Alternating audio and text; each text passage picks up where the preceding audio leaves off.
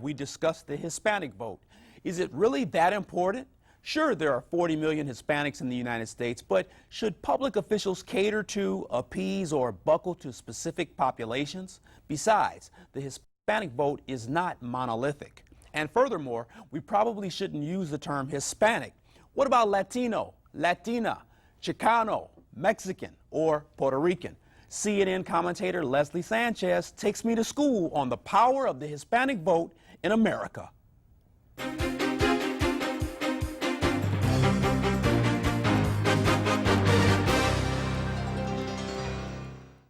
Welcome to Garrard McClendon Live. You've seen her as a commentator on CNN, MSNBC, Fox, and Telemundo. She's founder of the Impacto Group and the author of Los Republicanos, Why Hispanics and Republicans Need Each Other. Joining us by telephone, entrepreneur, strategist, and advocate Leslie Sanchez. Leslie, thank you for joining us on Garrard McClendon Live. Hey, Gerard, how are you? Thank you so much. We appreciate you coming on the show. Leslie, first and foremost, because I'm extremely ignorant here, let's break down some of these terms. We hear the term Hispanic all the time, but please give me a definition of Hispanic and of Latino and Latina. There are many other people that are saying, you're forgetting me. It's funny, back in the 70s, the government had to come up with a way to categorize people from of a certain descent of it, the Iberian Peninsula, and it was a categorization. Before that, people used to just say Mexican or of Mexican descent.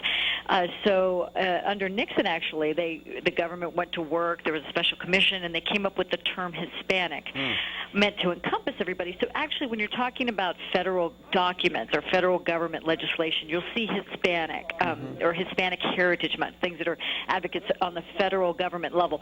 But Latino is a term that's used more frequently on the West Coast. I'd say that. If you're in Miami, you hear Cubano. If you're in the Northeast, you hear Puerto Rican or Dominican. It's really hard to categorize a group of people that's held together very much by culture and language. Yeah. You know what? We know that the white vote is not a monolithic vote. Many times black people are considered monolithic because the overwhelming majority of black folks tend to vote Democratic. Let's talk about Hispanics. Are Hispanics a monolithic vote? Can one party or the other count on the Hispanic vote? A lot of people would like to think so. I would say on the Republican and the Democratic side. It's really awed by that. People didn't really know what to make of Latino voters. It was like molding Jell-O. They couldn't figure it out. More than 20 different countries, multiple languages, English, Spanish, and as my mother says, Spanglish, which is 2 vocabularies and half the grammar. But it is very true that historically we tend to be left of center on the political spectrum. There are more people that of Hispanic descent that will call themselves Democrats, but Hispanics are increasingly split-ticket voters. These are voters that will be open-minded, independent voters, don't like party labels, and like to consider themselves up for grabs, like a jump ball almost. And about 30%, to break it down, 30% of Hispanics for the last 7 presidential elections have voted for a Republican. Wow. So the Republicans start at about 30%. But there's some bad examples. I mean, Bob Dole did horrifically with the Latino voters, but overall, that's pretty much where you start. So is the Hispanic vote taken for granted, or is it just ignored? I mean, reading your book, Los Republicanos, what are you saying in the book, and do people, cater in the wrong ways to Hispanics? Well, I think a lot of people looked at Hispanics and thought, we're going to treat them like other minority groups, that we're going to vote in ethnic solidarity, because for African Americans, they vote 80 to 90% for the Democratic Party and believe there's a lot of strength. Many believe there is of strength in voting as a bloc like that. Now, there's more vocal voices like Juan Williams from NPR and Bill Cosby, and different people are saying, look, we need to challenge our system. The book I write is both to Republicans and to Hispanics to say it's about time we get to know each other better. Republicans have good solutions. If the way to look at the parties is if you think of yourself in groups, the Democrats like to put everybody into different groups and kind of categorize them. They have a group for everybody. Republicans think about ideas and say, if you believe in personal responsibility, strong military defense, faith, patriotism with respect to, like I said, a strong military, or kind of this core set of values. But Leslie, I know I'm interrupting you, but with all due respect, do Republicans really reach out to segmented groups? A few do, Gerard. A few do. The one thing about it, Arnold Schwarzenegger, California, did incredibly well. Rudy Giuliani, mayor in New York, did incredibly well. A lot of these folks will reach over 50%. John McCain, 75% in Arizona, if they build a relationship. But the thing is, with Hispanic voters, there's not really long coattails. You want to earn their vote, you have to do it yourself. You're not going to get it on a party label. You're certainly not going to get it saying you're a Republican. You're going to have to go out there and earn it because they like your candor and your candidacy as an individual versus the party. Right. Leslie, we're seeing a lot of poll bounces here. Are any of these poll changes due to Hispanics being more infused into these polls? It could be. It's going to matter in swing states. If you look at states like New Mexico, Nevada, Colorado, Florida, strong Hispanic populations. Florida Hispanic, both Cuban and non-Cuban voters. A lot of South Americans are very influential, have set up roots in South Florida and Central Florida. They're making a dramatic impact there. In New Mexico, it's very different. You have a lot of Spaniards. I'm a conquistador kind of folks. That's right. Who see the world very differently, and they would insist on being called Spaniards, not even Hispanic. That's right. Leslie, hold tight. Is the Hispanic vote important? Immigration and its effects. We're taking your phone call, 630-575-TALK. Leslie Sanchez and Ronald Shapiro will be with us as Garrard McClendon Live continues. Los Republicanos, Leslie Sanchez's book. We'll be back in a moment.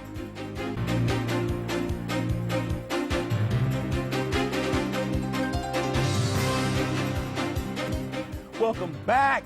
Garrard McClendon Live is trying to dispel the myths of the Hispanic vote. We have Leslie Sanchez from CNN with us and immigration attorney Ronald Shapiro from the Shapiro Law Group. I'm going to go back to Leslie for two final questions, and I'm going to go to the attorney. Leslie, insults and patronizing. Are you offended when you see that there's catering towards the Hispanic vote in an insincere way? Yeah, I think any community would be. It doesn't have to be Hispanic. It could be just about anybody. I think if you want to earn the respect of voters, you have to go work in their communities, reach out to them, make an appeal, and talk to them about issues that are important to them. Remember, that's one thing candidates sometimes forget, that these campaigns are about them more so than their personal candidacy. It's the people they serve. Yeah, they think they can just come into a community, put everything in another language, say, si habla español, and think that they're in. Or do the Macarena or the, merengue, and exactly, or talk to us only about one set of issues. Immigration is a great example of that. Immigration is the lens by which a lot of Latinos view a candidate. They view their perspective, but it's not top of mind for a lot of people. Yes, yeah. Finally, Leslie, and we know you got a busy calendar. I got to ask you this, though. When it comes to Obama and McCain, which way are Hispanics leaning? Well, overall, Obama's going to win the Hispanic vote percentage-wise. Oh, come on. Leslie, you really think that? But listen, if you think about it this way, George W. Bush got about 44%. That's the high water mark. If McCain can get in the high 30s, low 40s, he can win those states. Republicans don't have to win overwhelmingly on a presidential level, but they have to get in the 40s. If he can do that, you're going to see a different election. Yeah, Leslie Sanchez, Impacto Group, CNN correspondent. She does everything. Thank you so much for being on Garrard McClendon Live. Hey, you have a good day now. You too. Bye-bye. I've got Ronald Shapiro on the line. He's in Studio C. Ron Shapiro, you're an attorney for immigration. Let's open up by asking you this question. I'm from another country, attorney. I've been here for a little while. What steps do I take in order to secure my ability to vote? Well, to obtain your ability to vote, you have to be a U.S. citizen. If you're an alien admitted for lawful permanent residence, the slang term is green card, you are not allowed to vote. So in order to obtain your ability to vote in the United States, you have to first become an alien admitted for permanent lawful residence, and then subsequent to that, apply for and obtain U.S. citizenship. Now, attorney, how long does all this stuff take, though? I'm sorry to interrupt you. How long does this take? Well, if you obtain green card status, if I can use a slang term, it's a lot easier, or LPR, a lawful permanent resident LPR status, you have to have that status at least 3 years if you're married to a U.S. citizen before you can apply for citizenship. If you are not married to a U.S. citizen, basically obtain that status through either family sponsorship or employment status, you have to wait 5 years before you're eligible to apply for naturalization. My goodness. So a person wanting to attain status has to jump through all these hoops. But after the break, we're going to get to this. What does it require someone to work in this country? Hold tight, attorney. We're taking your phone calls at 630-575-TALK. Will the election be influenced by the Hispanic vote? Hispanics, holistically Democratic or Republican? CLTV.com/GML is the blog. 630-575-TALK is the phone number. Garrard McClendon Live continues in 2 minutes. Welcome back to Garrard McClendon Live. I've got attorney Ronald Shapiro from the Shapiro Law Group with me in Studio C. Attorney, let's talk about requirements to work in this country if you're not a U.S. citizen yet. What should one do? Basically, you have to be in status to be sponsored for employment. Basically, there's 3 categories of work visas, which are the general. There's a lot of subcategories, but I just want to talk about the main categories. One category is what's called the L visa category. That's where multinational corporations can transfer their executives from outside the U.S., their managers or specialized knowledge out of the U.S., from their subsidiaries, affiliates, parent company into the U.S. to fill either managerial, executive, or specialized knowledge positions. Now, do you see, something that I've been noticing a lot is that you'll get one part of the spectrum saying, you know, we don't want undocumented people in this country, deport them today, get rid of them now. But then I see other people saying, well, you know, a large portion of our workforce in the United States can be undocumented workers. Where does a law firm stand on something like that? The law must be respected, and unfortunately, we are not able to cause undocumented workers under the present laws to obtain legal status. Where one of our areas that the firm specializes is helping firms hire high-tech workers, aeronautical engineers, mechanical engineers, the technology, computer systems analysts, programmer analysts. That's what's called the H visa category. Okay. Those are the foreign national students who are in the U.S. with either bachelor's degrees or master's degrees, and American companies are sponsoring them after they graduate. This is interesting. I'm going to go to the phones. Attorney Mike, I've got you on Garrard McClendon Live. Mike, what's your question or comment? Yeah, I had a comment about is the vote important? You know, I believe it's important, but at the end of the day, you know, they're getting played on both sides of the aisle with Republicans and Democrats, because the Democrats feel like, okay, we need them here for the vote. We're not about deportation. And with big business Republicans, it's about wages being lowered and more profits. So, I mean, that's just how I look at it, you know. So, Mike, you think the Hispanic population is being played?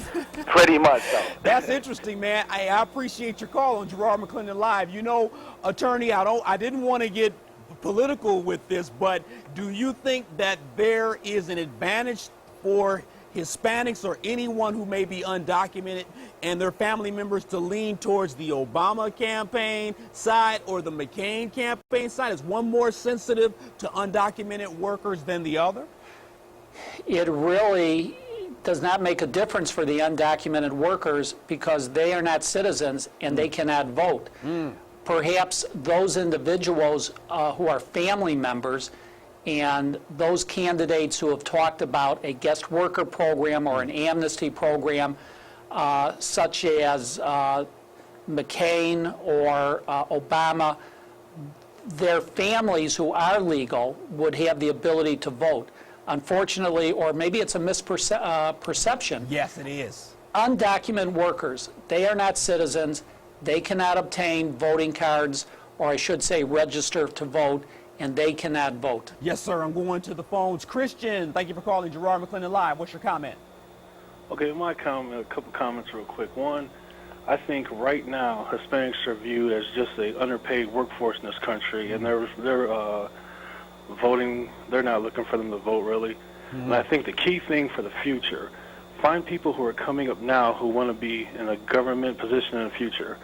Make it more easier for illegals to become legal, and then you can get the Hispanics to register to vote. They'll be legal, and then you can have a tremendous amount of voters on your side. So I think that's the next step. Wow, Christian, thanks for the phone call. You know, attorney, should it be a little bit easier to become a United States citizen? Should the time element be shortened? Because, you know, when it comes to workforce and when it comes to people coming to this country dedicated to this country's workforce, sometimes that ends up being a Hispanic population. Should these terms be shortened? That's a policy issue, of course, for our Congress to make a decision on. I would merely comment that the government and history portion of the citizenship exam is, in fact, going to become harder. The questions now, there is a policy or a program in effect that the questions will become much more complex, or I should say of greater difficulty, within the next 12 months. So the policy is not going to be easier, but in fact the procedure, if I may use that term, will in fact become more difficult. You know, attorney, you really shed a lot of light on this particular subject because so many of us are ignorant when it comes to immigration. I appreciate you being on Garrard McClendon Live, and we'll definitely have you back on the show. Thanks to my guest, Leslie Sanchez from lesliesanchez.com and Ronald Shapiro from the Shapiro Law Group in Northbrook, Illinois. Stay with me. Garrard McClendon Live continues with your blog comments in 2 minutes.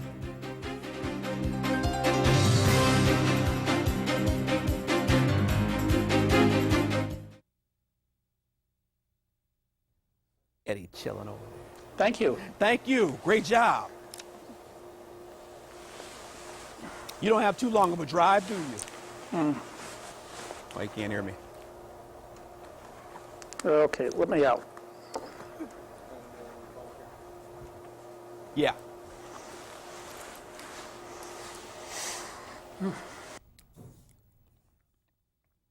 Okay.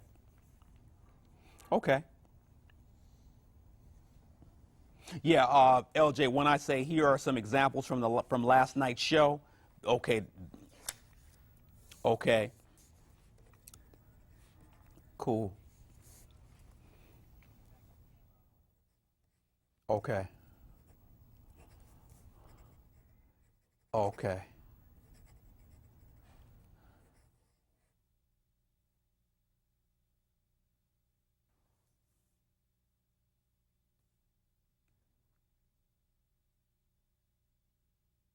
God, this show is over.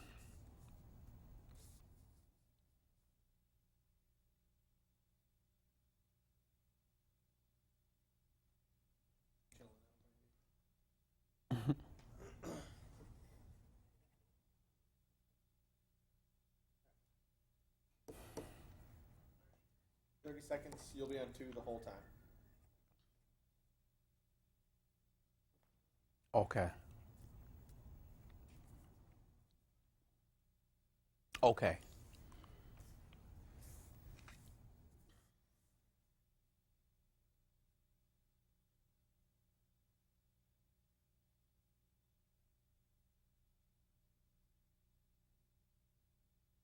What if we go? What are we going to have? Like 3.5 minutes or 4? Okay.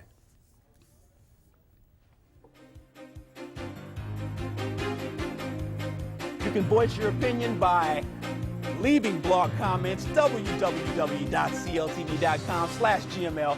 Get you to my blog. I may read your response on a future show. Blog comments can be complimentary and scathing.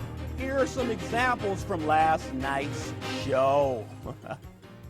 Gerard, you are better than the stunningly appalling show you hosted tonight. The irony is that your show and you as a host proved sexist while attempting to discuss sexism.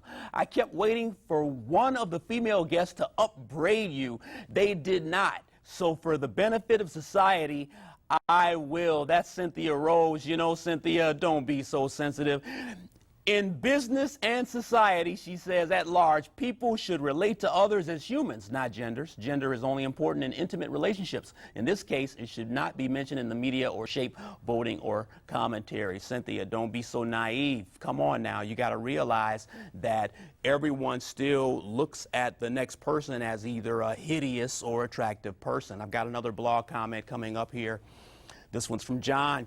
He's referring to the Hammond mayor, the first mayor, Thomas McDermott, has all these flyers and ads showing a great picture of him with his suit jacket strewn over his shoulder. I had several adult females make the comment that they were voting for McDermott because he was good looking. I'm a sexist, he's a sexist, you're a sexist, she's a sexist. Wouldn't you like to be a sexist too? You know, John, you were right on. I remember that election. This was years ago. Thomas McDermott Jr. is the mayor of Hammond now, but this was Thomas McDermott Jr.'s dad, Thomas McDermott Sr. And yes, I remember those advertisements vividly. Hey, critical thinking is a beautiful human ability. We don't have to agree, Cynthia Rose or John. That's the whole point. Was I being a chauvinist pig last night? Yes. But it was only to show that adversity is something to conquer, not to embrace. Classism, racism, sexism, and all other isms out there are here to stay. But excellence transcends all of them. Sexism is a terrible thing, and men can stop the practice if we so choose. But I will still hold doors for women, place my jacket in puddles for them, and give respect because that is what my parents taught me. I've got manners. My father says, I'm not the boss, but I'm second in charge, referring to my mother as being the boss. Well, Daddy, I disagree with you. In my house, I'm the boss. Well, I'm second in charge. The man may be the head, but the woman is the neck. That's Garrard McClendon live for tonight. Keep your head up and always be encouraged. Ask or ask? Donda's rules suit shoes. McClendonreport.com